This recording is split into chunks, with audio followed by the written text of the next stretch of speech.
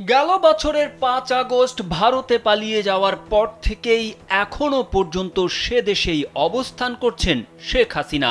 তাকে ফিরিয়ে আনতে অন্তর্বর্তী সরকারকে আহ্বান করে বাংলাদেশের বিভিন্ন পক্ষ। ফলে গেল বছরের ২৩ ডিসেম্বর মানবতা বিরোধী অপরাধের অভিযোগে সাবেক প্রধানমন্ত্রী শেখ হাসিনাকে ফেরত পাঠাতে ভারতের কাছে চিঠি দেয় বাংলাদেশ।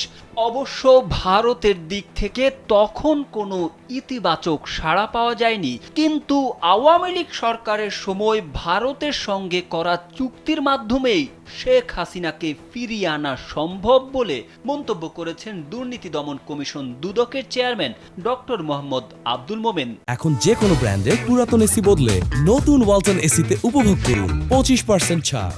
তিনি বলেন, শেখ হাসিনাকে দেশে ফেরাতে কাজ করছে দুদক, পাশাপাশি ব্রিটিশ এমপি টিউলিপ সিদ্দিককেও ফেরানোর চেষ্টা চলছে।